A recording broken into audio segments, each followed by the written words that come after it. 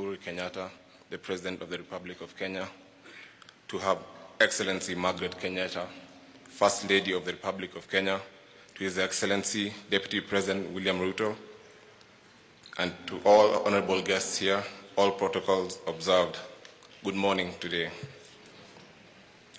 Today I find myself in a state of mixed emotions as I pay tribute to my grandfather, His Excellency the Second President of the Republic of Kenya, Daniel Toroitich Arap Moi.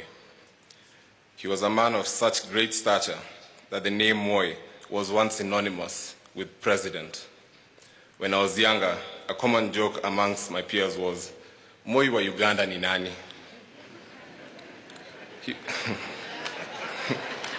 Yes.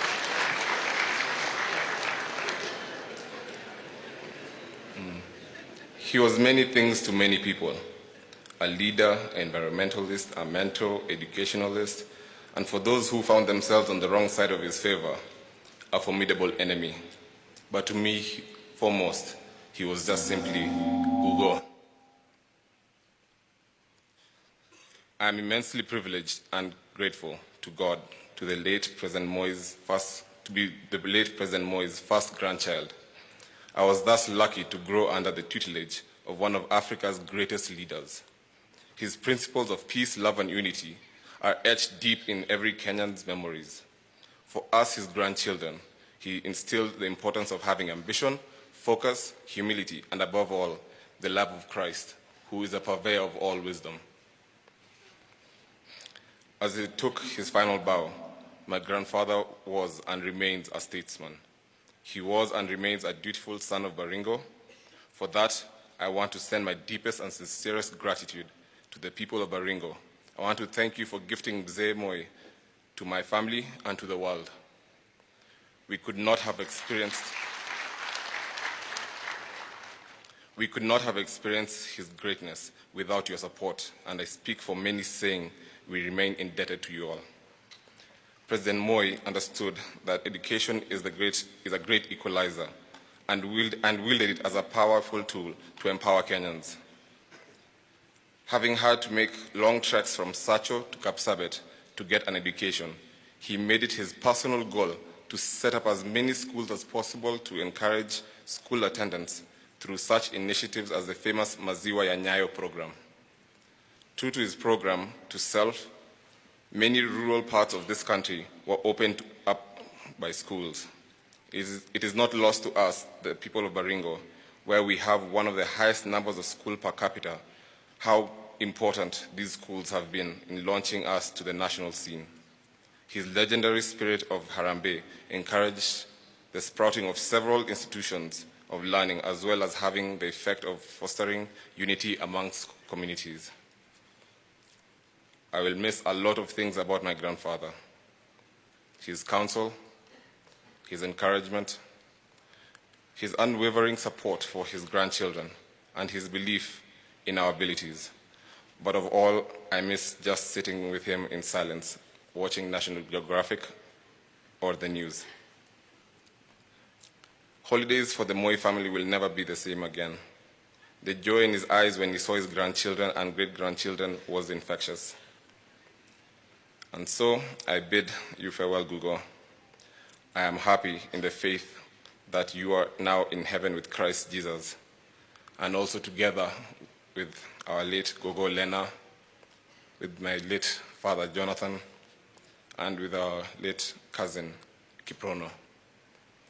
I believe you are singing your favorite hymn while watching over us. I will miss you, Gugo. Travel well. We love you.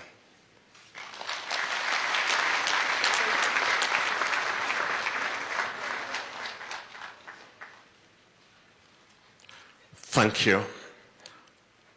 On behalf of the friends of the late president, I will now invite Dr. Silverstein. First of all, before I recite the poem to my grandfather, I'd like to call on to Mzee's granddaughters. Please, can you just make your way to the podium so we can all make the poem together.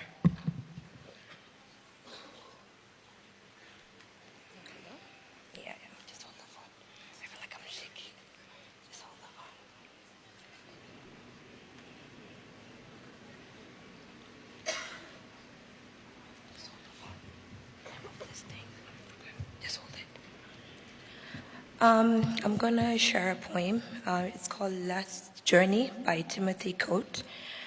There is a train at the station with a seat reserved just for me. I'm excited about its destination as I've heard it sets you free. The trials and tribulations, the pain and stress we breathe, don't exist where I am going. Only happiness, I believe. I hope that you will be there to wish me on my way. It's not a journey you can join in. It's not your time today. There'll be many destinations. Some are happy, some are sad. Each one a brief reminder of the great times that we've had. Many friends I know are waiting who took an earlier train to greet and reassure me that nothing has really changed. We'll take the time together to catch up on the past, to build a new beginning, one that will always last. One day you'll take your journey on the train just like me, and I promise that I'll be there at the station and you will see that life is just a journey enriched by those you meet. No one can take that from you. It's always yours to keep. But now, as no seat is vacant, you will have to muddle through. Make sure you fulfill your ambitions, as you know I'll be watching you.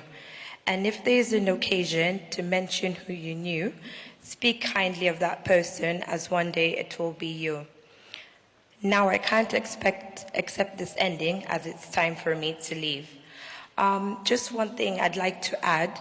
The last time I remember when I was with Kuga, and I was with my daughter, who is Kuga's great-granddaughter, and I remember, I don't want to do a disservice to my ethnic language, so I'll just translate what he said in English.